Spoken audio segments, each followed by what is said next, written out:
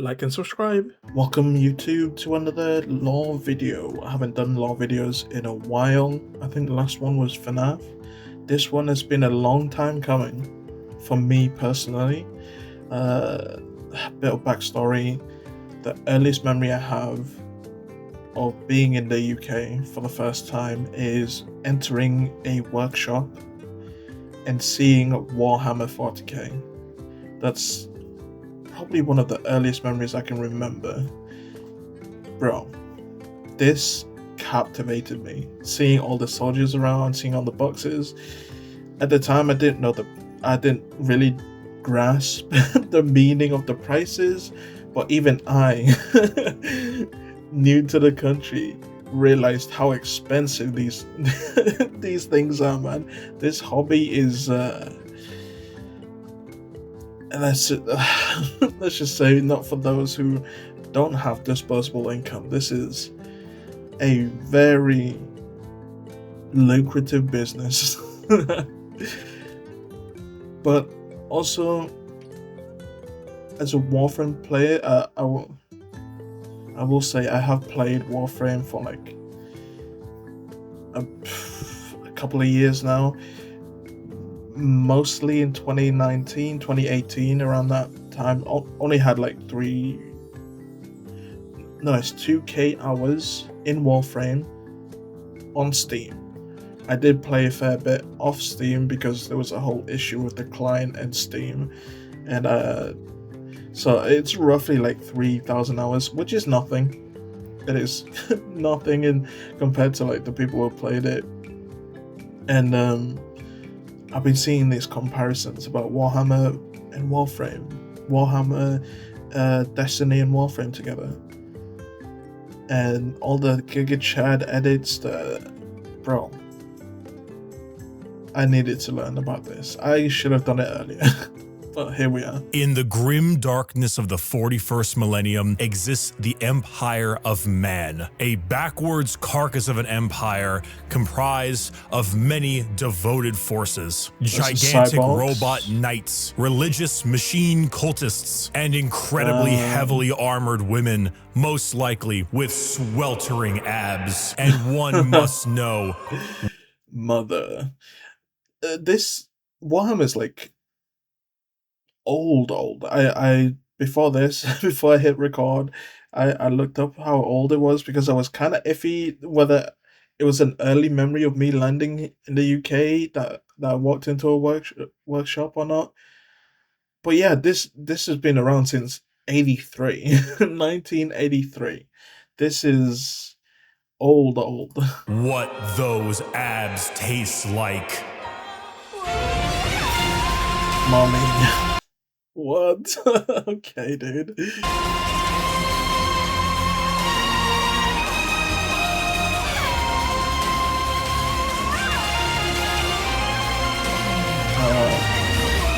My Gamer Supps flavor is here. Sweet Six-Pack has arrived. A delicious and refreshing cherry pineapple blend. Play the sound. Dude, they'll just do anything, right? They'll just do anything. I've seen some titty milk. I'm sure it's these guys.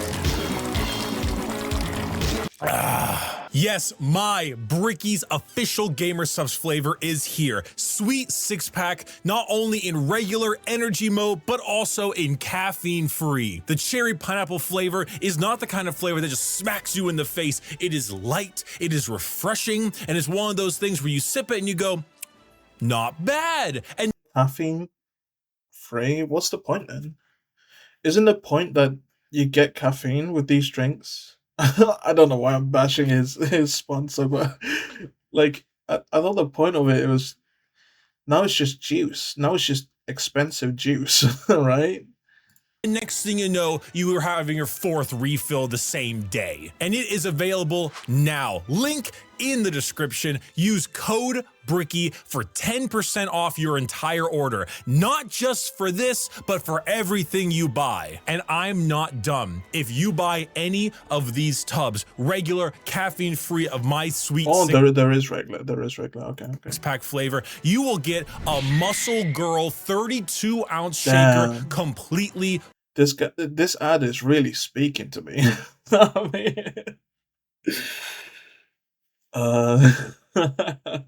for free. There are only a couple thousand of those shakers, so get it while supplies lasts. I cannot believe we finally have this, but I told everyone, like, once you find out the flavor, you'll be like, yeah, that tracks, and damn straight does it track. Sweet 6-pack available now. Code Bricky, link in the description.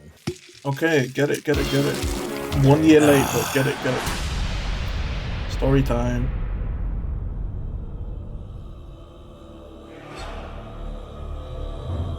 The age of knowledge and enlightenment has ended. The age of darkness has begun. Ooh. Roughly 60 million years ago, there existed aliens. And these aliens lived short, painful lives. They belonged to radiation-stricken worlds and often died of various cancers before the— Are they aliens? They're aliens to us, but they'll be on their own planet, right? Age of 30. These aliens, the Necron tier, looked up to the stars and found extreme beings of real power. Beings with the ability to create life. The Old Ones of the galaxy. They asked these Old Ones— Dude, I love Old One stuff. Where, like, there's a primordial, there's, like, a law about, like, the universe that's, like, unbreakable. This is how it happens. This is how things are. I love stuff like that, but I'm deep into, like, League of Legends lore as well. So, like, bro, I don't know why I didn't check this out earlier. I knew this would be up my alley. For help, please cure us of our ailments. To which the Old Ones said, piss off. So the Necron tier gathered together— Those classic old gods, man. Why should they bother? Why bother with messing with your puny stuff, man? Did the sensible thing.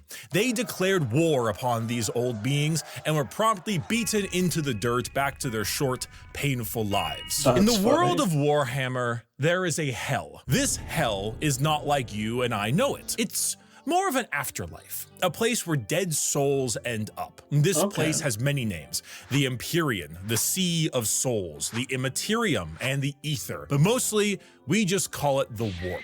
While you and I know of hell as a place of horrors and punishment, the Warp isn't really that. Not in the beginning. It's energy, but the kind of energy formed from thought and soul, psychic energy, where the dead souls of people end up in a place that is impossible to understand. No laws of reality exist. Like, time is merely a suggestion.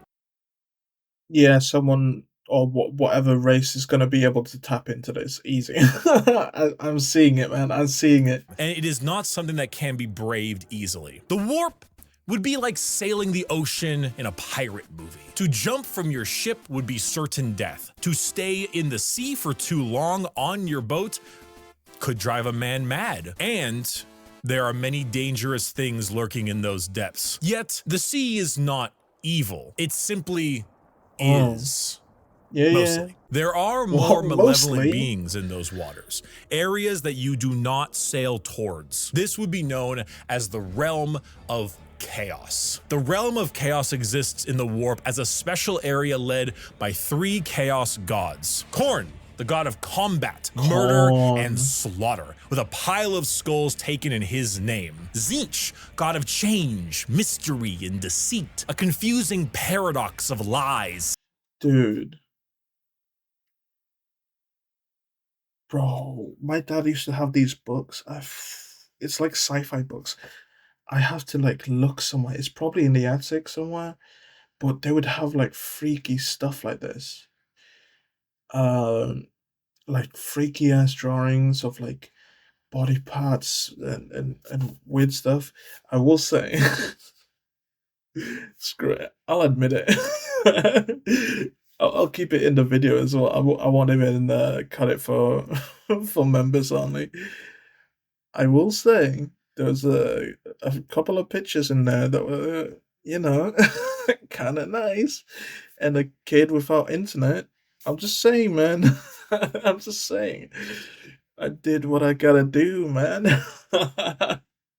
Of change, mystery, and deceit, a confusing paradox of lies, schemes, and sorceries. And Nurgle, god of rot, pestilence, Nurgle. and Genshin impact. All What? things rot in the end. True. Disgusting, man. What is that? Is that like a little imp thing? And Grandfather Nurgle is waiting for you with open arms. These gods ruled their respective realm in the warp, sending their many followers against each other in the great game to be the most powerful of all the gods. So the warp exists. Hell is real, parallel to our galaxy, with the realm of chaos and its gods fighting for control. But there are also gods of real space, gods of the normal world too. They're called Catan, and they eat stars. You think God stays in heaven because he too lives in fear of what he's created? These star gods saw the plight of our poor Necron tier and how the old ones cast them aside and said, you know what? You got— Wait, what's the difference with it? Like the old ones and the... Because they're both like all the primordials, right? They're primal entities, and these are gods. Wait, what makes the difference between them? Guys want immortality? Oh, we will make it happen. We are the gods of the tangible, of real space. We can give you a cure. Why does this feel like a Galactus trap? Sure, let me in, guys. Let me in. So then they ate all their souls. Yeah. And turned them into robotic automaton, feasting on their souls and leaving a hollow shell of an intelligence left that is technically immortal, with the power of an Oh my god, it's one of those be careful what you wish for things. They gotta be happy with that, right? They're immortal. I would. Unless they enjoy food, I guess. Yeah, I'd be pissed if I couldn't enjoy the simpler things in life if I was just immortal and that was the payoff.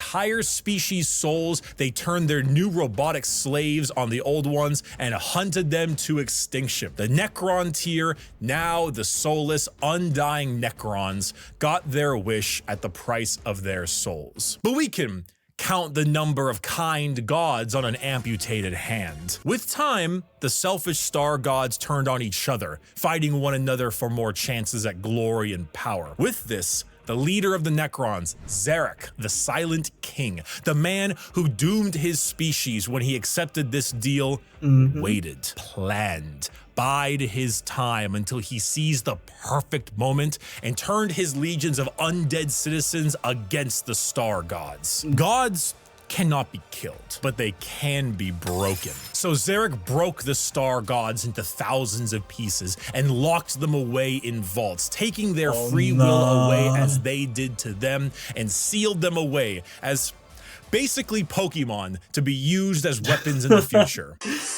Okay, kind of deserved, to be honest. Deserved. Who's that Pokemon? It's Pikachu! It's the Void Dragon. Zarek then, with his perfect memory, exiled himself for his sins, flying out to the darkness between galaxies to atone for what he had done. This entire situation, the genocide of the Old Ones and the rebellion of Zarek, will go down in history as the War in Heaven. It's like the artwork for like Legends of Runeterra from League of Legends. The artwork of like the world looks awesome, man. It is the most... I cannot wait for the the right MMO, man. If I make it there.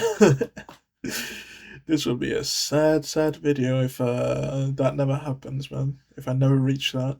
brutal war the galaxy has ever seen and ever will see. This was a conflict that took an entire galaxy-spanning species and pitted them against gods that ate stars. The Necrons, rather crippled from, you know, the war in heaven, decide to go to sleep in gigantic tomb worlds on various planets until the upstart species of the galaxy died out. And so turns out, when you have a war that lasts tens, hundreds of thousands of years and involves the genociding of multiple species, the old ones of the galaxy, and the consumption of souls from an entire race, the warp gets a little wacky. You know, if you had a kiddie pool and it was nice and calm, Korn is over there splashing about, so you don't really go in that direction. Nurgle has explosive diarrhea, so you don't really... I'm never entering a pool with Nurgle, man. You know that as soon as he touches that, it's done for. That water is done for, dude. Go in that direction either, but you can still kind of get in the pool. The pool's still fine. Turns out when you add a couple trillion souls to that kiddie pool, it'll make the waves a little more turbulent. And turns out a lot of them like to pick a side, Nurgle, Tzeentch, or Khorne. So the once calmer warp, the once relaxing kiddie pool has now been bloated. A million years of war will certainly make Khorne, god of murder and slaughter, more powerful. A million years of war will probably make Tzeentch, god of deception and change, a little more powerful. And good God, a million years of war will make Nurgle, god of decay, oh, just the tiniest bit more powerful. Is that a pot he's stirring, or is that his stomach? I'm just really realizing now. He looks like Grendel, man, from Warframe. The tentacles aren't helping at all. Now, entering that kiddie pool is no longer fun, it's dangerous. The warp is now a problem. Hell is resembling hell a lot closer to what we imagined it originally. The Sea of Souls and the Realm of Chaos are... Oh, I love this art, even though it makes me so, it's like so unnerving, man. Now intertwined. So who else to brave the galaxy than a species that won't need to deal with that?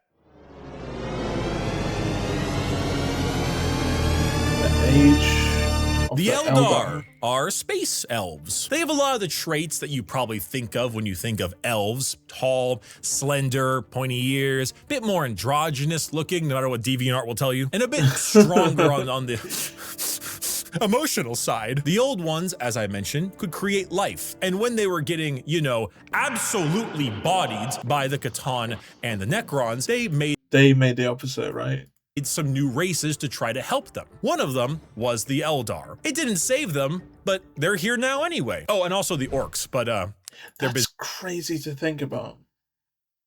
Like, plus this is really cool. Like, a fantasy, like, creatures within, like, a sci-fi setting. That is so badass, man. That's so good.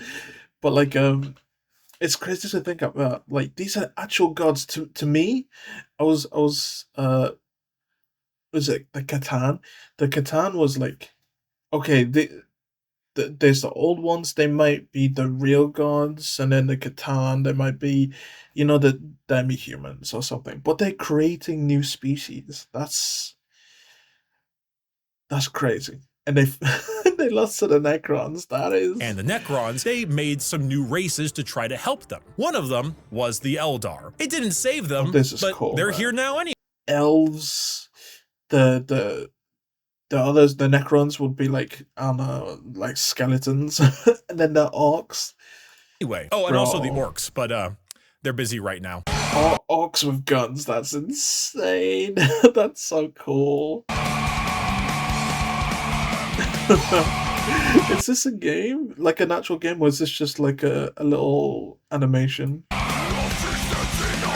The Eldar are a particularly psychically powerful race, so they were really adept at being able to handle the new elves, magic, but they call it, like, use psychic powers here. Hey, par for the course. It's really cool, man. To think this was that old, 83, and they thought of this, like, fantasy.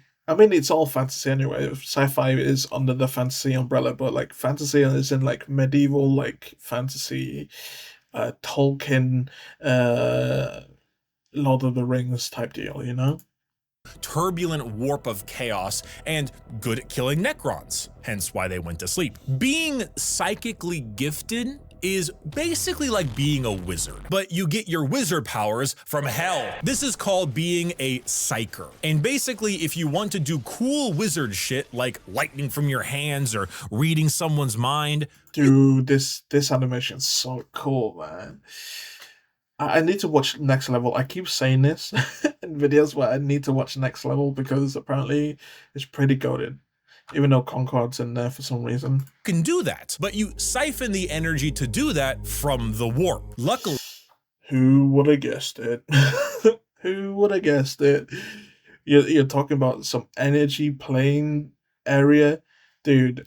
This is just classic. This is probably where Warframe gets their like the void energy, you know, the tenor using void energy.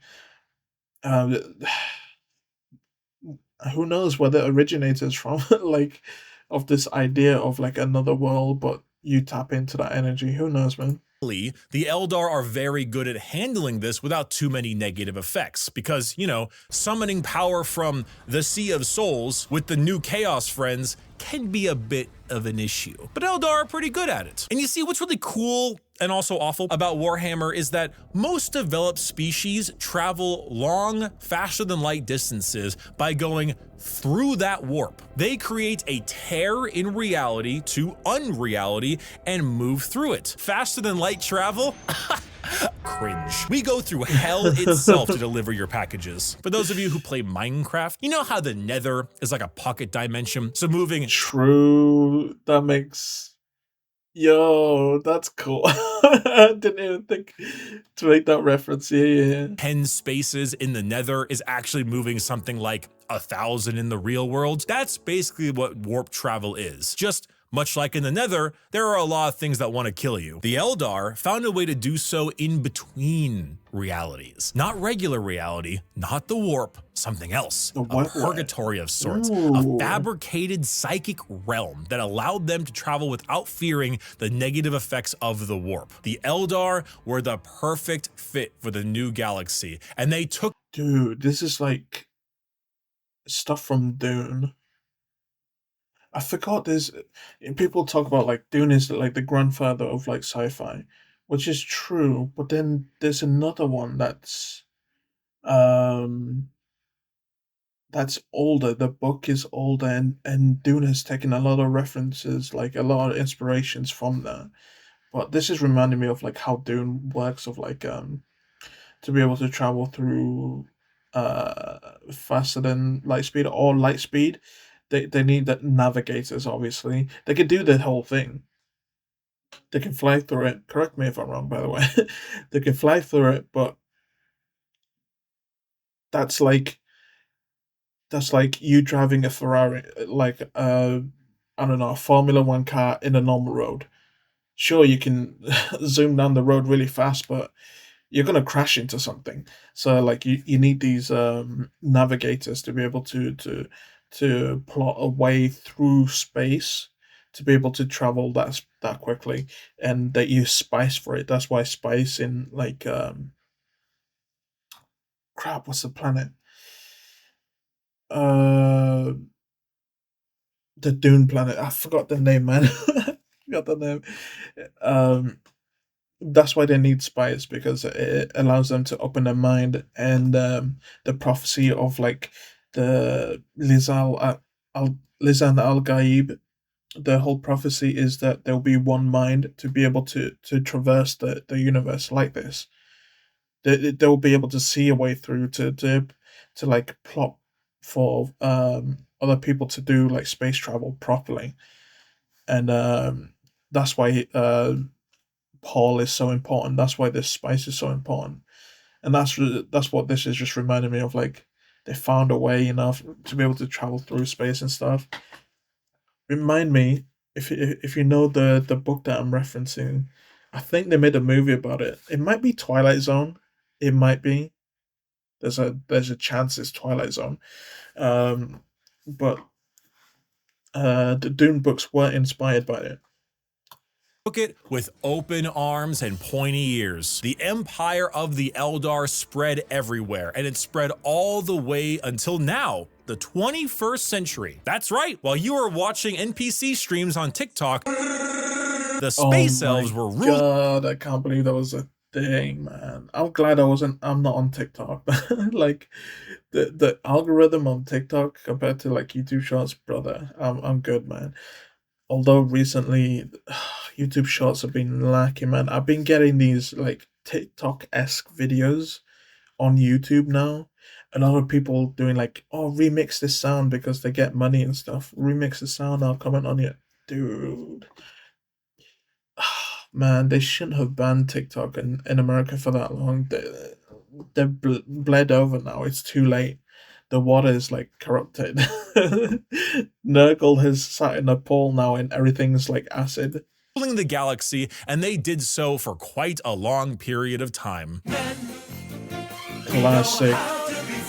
The 21st century came and went. Humanity grew and grew, all under the nose of their elf overlords. At this time, humans advanced, your classic sci-fi style way. We began to expand, colonize our solar system, terraformed our planets, created new and more powerful machines and starships. The age of Terra, also known as Earth, but we call it Terra here, was here, and existed between the 21st century all the way until the 15th millennia. Not much is known about this time, not much needs to be known. Humanity grew up, sought the stars. It's classic. Yeah, it's easy. No need to dwell on that. Like, they colonized. What was that TV show I was watching, man? It's about I mentioned it in another video, but like, it's basically like the ruler cloned himself 3 times, and they made it so like they staggered the ages, and one was like sunrise, one was dawn, one was like dusk or something, and it'll be like a little boy just learning stuff to become like the emperor, and then the middle-aged man was like that was the ruler, and then the older gentleman like moved off as a ruler. It's a sci-fi show, and basically it's like this thing of like humanity like developing other worlds and stuff. I need to find that show, man, because I think it's on Apple TV. I need to like watch the ending because I've been sat here. This is why I need to write stuff down, man. Came the years between 15,000 and 25,000, the age of technology, or to some, the dark age of technology. This is when humanity reached a new apex of technological understanding. When you think of sci-fi, there's a lot of things you can think of. Star Trek, maybe Star Wars style, you can go cyberpunk dystopian. The age of technology was deep sci-fi, like a scientific prowess that fringed on magic. This is also when the first ever psychers began showing up in humanity. Individuals with the genetic mutation to be able to access the warp, and then because of that, travel through it. Humanity was no longer constricted to their early ways of travel. With warp travel, they could go anywhere in the galaxy. They equipped ships with gigantic AI machines, with everything you would ever need to know about mankind, and sent them out on colony ships to expand their influence across the galaxy. And this was truly the golden age of humanity. And with every golden age, there is a fall. While the new human upstarts of the galaxy were reaching new levels of technology and prowess, the Eldar were engaging in Debauchery! Debauchery! Wait, did they just one-arm saluted? Debauchery! Debauchery! Okay, Patrick is done for. SpongeBob, I think it's fine. What happens when a species has everything? You can produce unlimited food out of nothing. Your need for farmers and workers, gone. You have dominated the stars and have created a fast travel system that doesn't rely on the dangers of the warp. You have nothing else to do. Bro, I never thought of that. Like, having a world where, like, there's no struggle. Like, how do you build a story on that? Like, no one struggles. I guess it'll be war against other races, but then it's like that movie, it's Cara Delevingne. It's a sci-fi movie, and basically, like, different species, like, came together. And they, like, it was really cool. The opening scene was, like, humanity reaching out to the stars, and then Earth dying or something. They managed to build, like, a big ship to be able to sustain themselves. They met, like, other aliens along the way, and they built this whole colony of, like, this intergalactic, like, federation. And it's a really cool movie. I love sci-fi stuff like that because it's the existential crisis. Like, it hits me, man. I'm like, I will never see this. I'll never see aliens, man. This this world sucks. You have no struggles, no problems, and feel as if there is nowhere else to go. Well, you begin to experiment. The Eldar started harmless enough. You know, you take a serious interest in your species' culture, your arts, paintings, poems, plays. These are Eldar, elves. Remember? Their emotions are heightened, more powerful than us humans. So your plays get louder. They start to push on the limits of your hearing ability. Your music becomes different, more deranged. It pushes the boundaries of what is art, the visual spectrum. Bro, this is leaning into, like, the whole, like, con theory of, like, if you watch too much con, you get more deprived. You watch even worse things because it doesn't work anymore, the old stuff. So you keep going down this rabbit hole until, like, you just don't know yourself anymore. That's what I'm getting a feel here. This is a vibe that I'm getting. The spectacle of art becomes more bizarre, more delusional, more eccentric. And let's not forget a very important sense. Touch. Pornography is one thing. Brothels is another. What if they all mixed? What if your brothels were part of your art and music? And what if those became more deranged? The boundaries of debauchery were not just met, but shattered. Next thing you know, murder is commonplace and often mixed with the art, music, and sex. Pain is a common byproduct of entertainment. Whatever sensation you can have must be increased, must. I feel like this is very human though, right? This is like humans writing stories for, like, elves.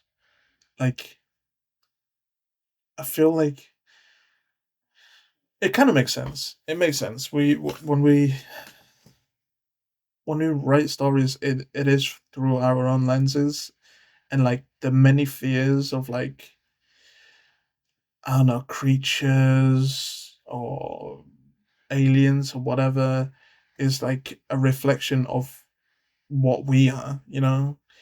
All those movies of, like, aliens attacking, that's probably what we'd do. That's us. So, like, them slowly spiraling down this weird ass road is probably what we'd do. Be enhanced, must be taken to the limits. The Eldar Empire slipped into a nightmarish realm of debauchery and excess, with the worst of it taking place in a city in the Webway, a black market for these kinds of heinous acts known as Kamara. Some Eldar saw the writing on the wall, saw what was happening to their species and how far they had slipped. So they boarded continent-sized starships called craft worlds and left their empire, seeking a more enlightened, calmer existence among their peers. Some, those in Kamara, pushed it to even greater heights, relishing the pain and torment they inflicted on those around them. All during this, the warp, the yin to the yang. Is this how we get dark elves? Is this how we get dark elves? I'm seeing this now. And the world was fed by these emotions, by the psychic power of the Eldar, by the souls taken in these depraved acts on a galactic scale. And just like that, Eldar ended. Slaanesh, the fourth Chaos God, was birthed into existence and consumed the souls of... Are they half? God. Oh my god, I just realized what the Chaos God God I just seen was it. birthed into existence and consumed the souls of 90% of the Eldar population. Those that fled were spared the worst of it, and those in the Webway and Kamara were able to stave off the pull of Slaanesh so long as they continued to commit horrid acts of torture and violence. But for the majority of the Eldar, their empire died with Slaanesh's birth. The new fourth Chaos God, she who thirsts, the god of unspeakable excess of pleasure, pain, hedonism, and perfection. I'm down. I'm a heathen. Had been born. With the fall of the Eldar Empire came the ruin of humanity. Slaanesh's birth sent storms in the warp across the galaxy, making travel between star systems impossible. Coupled with a huge classic AI rebellion, as a staple in these sci-fi settings, humanity began to suffer the age of strife. I mean, Fallout has it. Wait, does Warframe have it? I guess there are Cephalons that have gone rogue, and I do fight a Cephalon at some point, if I remember correctly. It was to get Octavia. Yeah. Wait, during the old Empire. Oh, actually, we don't know. We don't know much about that. At least I don't. What others? I guess it's just Fallout that it reminds me like actual Skynet that was in the early Fallout games. Like legit Skynet was an AI that gone rogue. God, I love Fallout, man. It's such a great world. The company that holds it is just disgusting company.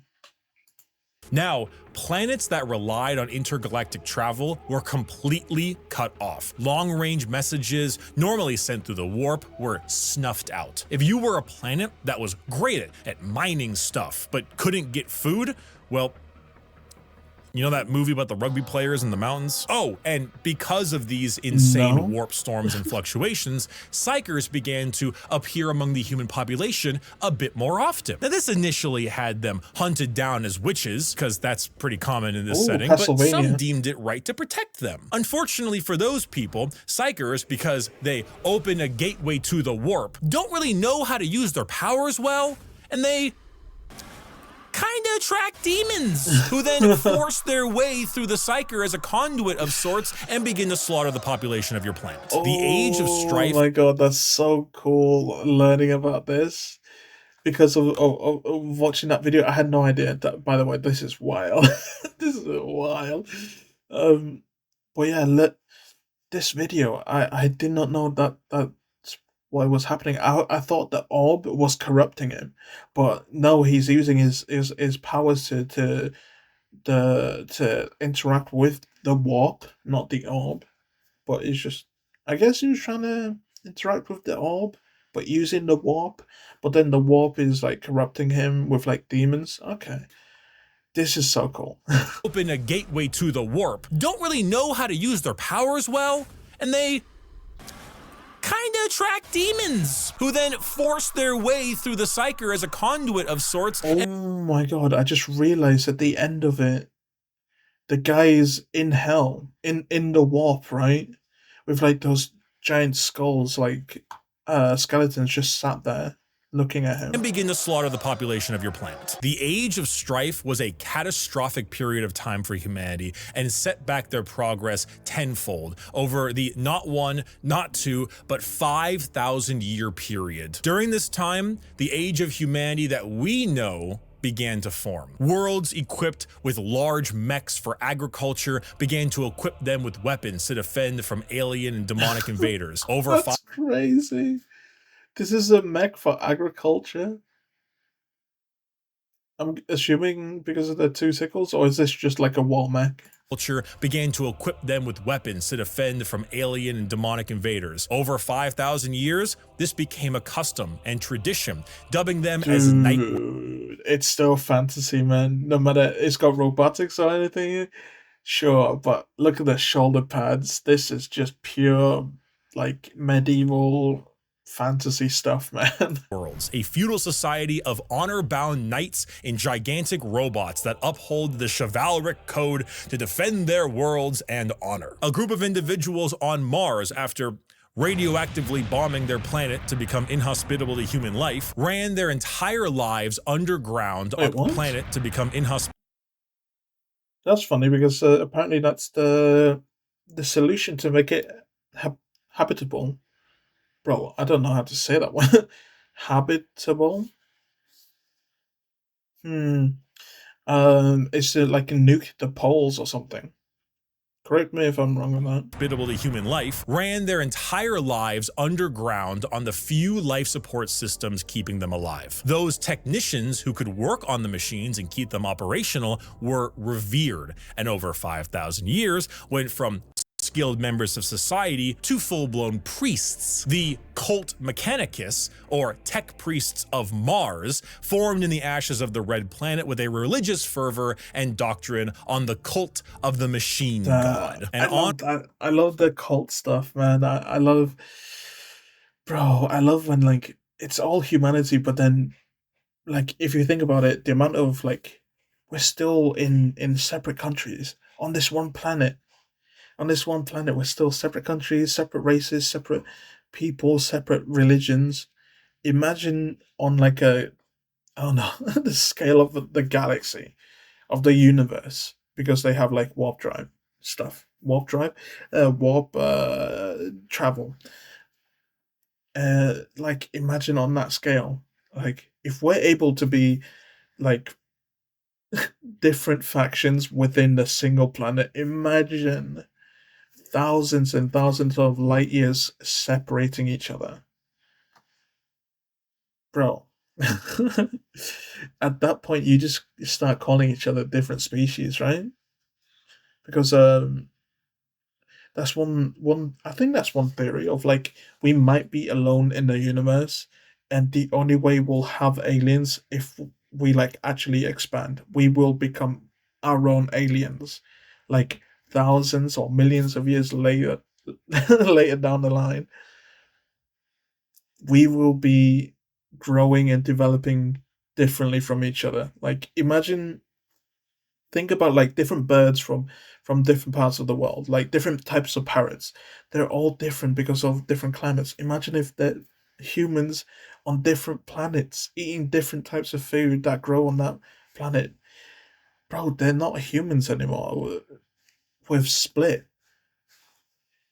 That's crazy. That's wild to think about. It gets me excited. It gets me really, really depressed that I'll never witness anything like this. On Earth, or Terra, techno-barbarian tribes waged war across the planet in a Mad Max style of blood and gore, until finally, a mysterious man who lived in the shadows of Terra for millennia is this him?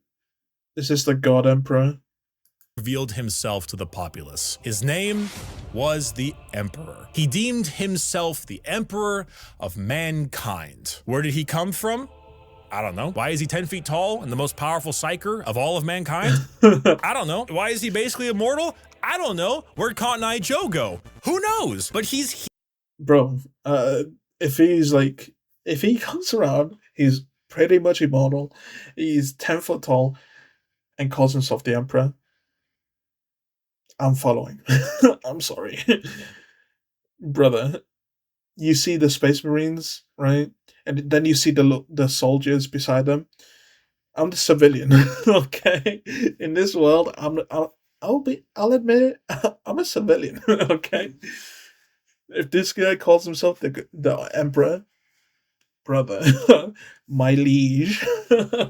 Here, and he isn't happy with all of you ripping up Terra. So he began the Unification Wars, where he and a very early version of the famous Space Marines, the Thunder Warriors, reunited Terra under a single banner.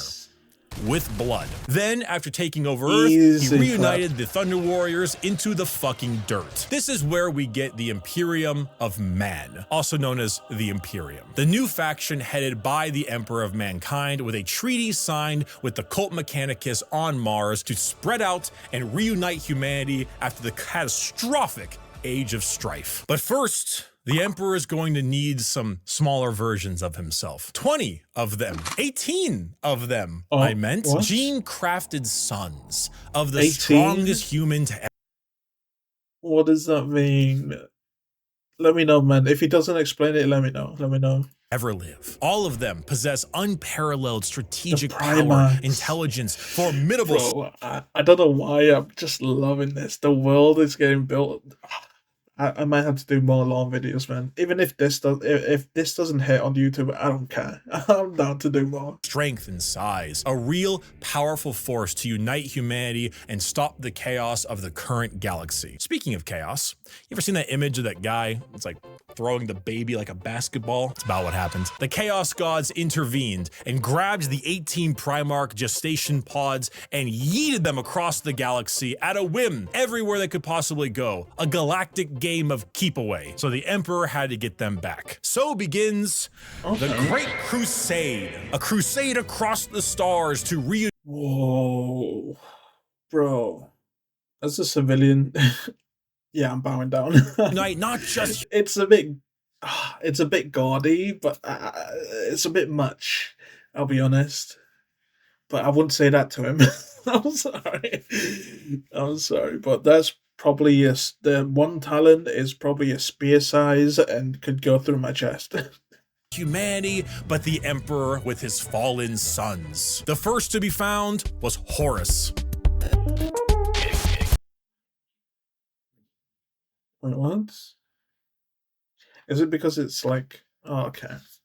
Because I immediately thought like, oh, ancient Egypt stuff? This is cool. Brother, really?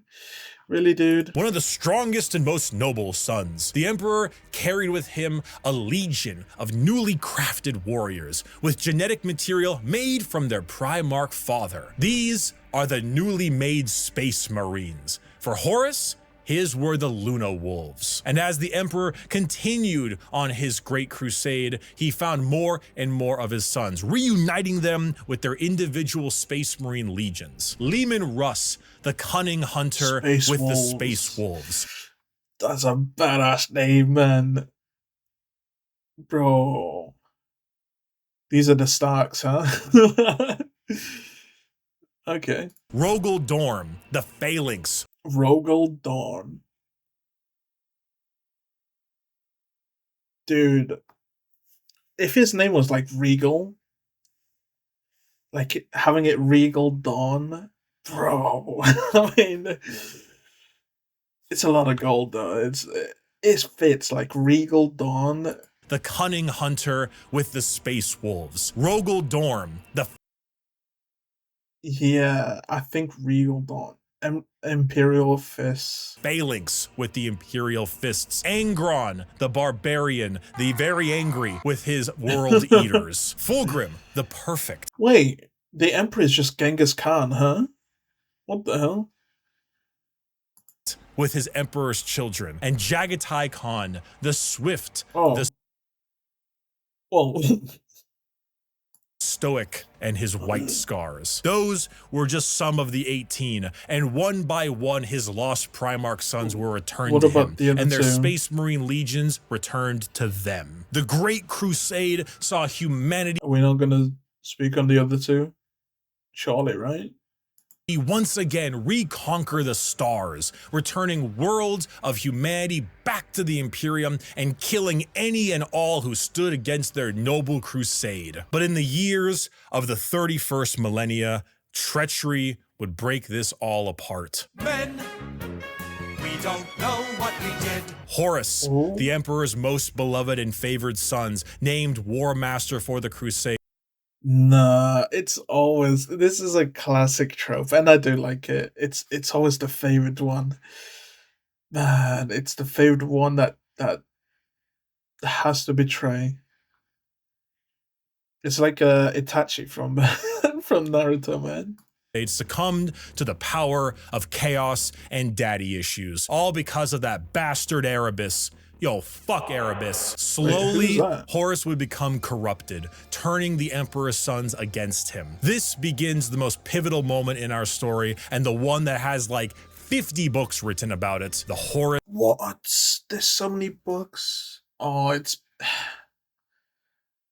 I forget, it's been out since 83. Of course, there's loads of books. I mean, how old is League and the amount of books that they have, man? Heresy. 9 of the 18 Primarchs turned against the Emperor, and the following years were a bloody battle for the throne of Terra. The Emperor originally was working on a special webway project, just like the Eldar, to make faster-than-light travel significantly easier and safer, really improve humanity to allow them to conquer the stars without the risk of the warp. Well, this big red idiot named Magnus kind of blew a hole into that. Literally and figuratively. So Biggie Bro looks like Galactus, man. over there is stuck on a gigantic golden throne, holding back the oncoming rush of demons and powering the Astronomicon. Basically a big North Star for people who are sailing in the warp to help them navigate. The Horus Heresy saw many loyalist and traitor legions pitted against each other in a bloody war until it reached Terra itself. Horus, unable to break through the lines and with time running out, made a gambit and opened his ship up to be boarded. The Emperor took this challenge, quickly allowing someone else to take control of the throne as he teleported his way onto Horus's flagship, the Vengeful Spirit. The Emperor, unable to truly kill his most beloved son, changed his mind right quick when Bro had a Shifu moment. Bro had a Shifu moment. Horus strangled the life out of his other son, Sanguinius. Oh no! I'm sure you've seen this image at some point. No, but this is... Bro. This is badass. It's got that like old sci-fi creepy imagery as well. Like I said before, my dad used to have this somewhere in the attic, but these like sci-fi picture books pretty much. I should have read them as a kid. It was just reading, am I right? But yeah, there's damn. The Emperor then said, "I'm not gonna sugarcoat it," and proceeded to psychically blast Horus into complete oblivion, killing not only his body, but also his soul. Horribly wounded from this duel, the Emperor is returned to the Golden Throne in There's a reason why you're my son. Slaps him. order to keep the demons at bay and power the Astronomicon, because without it, humanity would be flying blind. There he sits, slowly dying from his wounds and the strain. Nah. For the longest time, I thought this guy was like a dick, just a dictator, and that was it. What? This guy's Giga Chad. What the hell? Of powering the Golden Throne. The only thing keeping him alive is feeding upon the souls of 1,000 psychers every single day. This was 10,000 years ago. We are now in the 41st millennium, modern day. Warhammer 40,000. The Emperor remains on his throne. The Imperium is a rotting carcass of an empire, a fascist, xenophobic cult that worships the Emperor as a deity despite him never wanting to be seen as a god. Over the span of 1 million worlds, the ecclesiarchy, the Church of the Emperor, is spread throughout. That's badass, man. That's badass. I never wanted this. I'm assuming he comes back. But bro's gonna come back like everyone cheering for him. He's a god emperor. Man, This is so epic. Visitors with unparalleled power root out any sign of Unironically heresy or lack soy-jacking. of devotion to their god emperor. The other half of the traitor legions move about as Chaos Space Marines, raiding and pillaging the Imperium, while the loyalist half does their best to keep the Empire alive. All throughout this, they must endure Orc invasions, Eldar trickery, the reawakening of the Necron race, and the Great Devourer, the newest tyrannid threat from the darkness between galaxies that has arrived to feast on their worlds. The theme of Warhammer 40,000 is regression and intolerance. Every major regression? Hey, don't perk me up like that, man. Don't say regression. Regression is my go-to, man, when it comes to reading manhwa. faction in Warhammer has had an empire that spanned the galaxy only to be crushed back to a hollow shell of what they once were due to their own failings. Culture, the arts, personal freedom. Bro, this looks like the... Bro, wait, why does... This looks like the Iron Bridge in League. With like the Piltover Bridge update. Huh. Religious tolerance. The simple possibility that alien life might not want to kill us is considered heretical and is often met with a pistol to the head. There is... Bro, I'll be honest. This makes sense. This... In a world like that, it makes sense, man. I know it sounds like I'm advocating for not in our world, okay? Not in our world. But in the time where people can like travel between planets easily in seconds or like minutes or even hours, like that's still fast. Brother, you have to be xenophobic. You have to be to keep your people safe. Bro. I'm not gonna talk more about this because it's gonna get too political. I'm speaking on like fantasy terms, okay?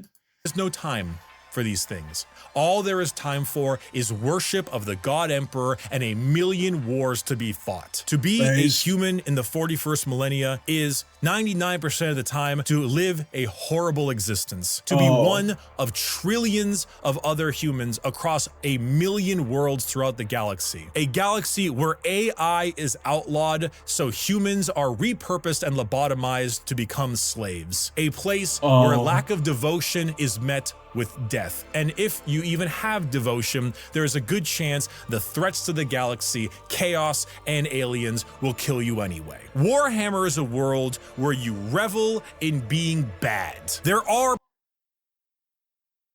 Damn, so you just don't want to live here. This is like a terrible place. Man. I'm done. Protagonists. There are antagonists, but every faction is some shade of evil. Because playing the bad... Was that a Toyota? But every... Close enough. Every faction is some shade of evil. Because playing the bad guys is always more fun. And my friend, you have a selection. So pick up that las gun soldier. You and the other 3 million men and women in this single deployment on this single world in this single battle will now show them the might of the God Emperor. That weapon in your hands has killed 99% of the alien populations in this galaxy. Unfortunately for you, soldier, you're fighting the final 1%. May the Emperor be with us. Glory to the first man to die, for in the grim darkness of the far future, there is only war.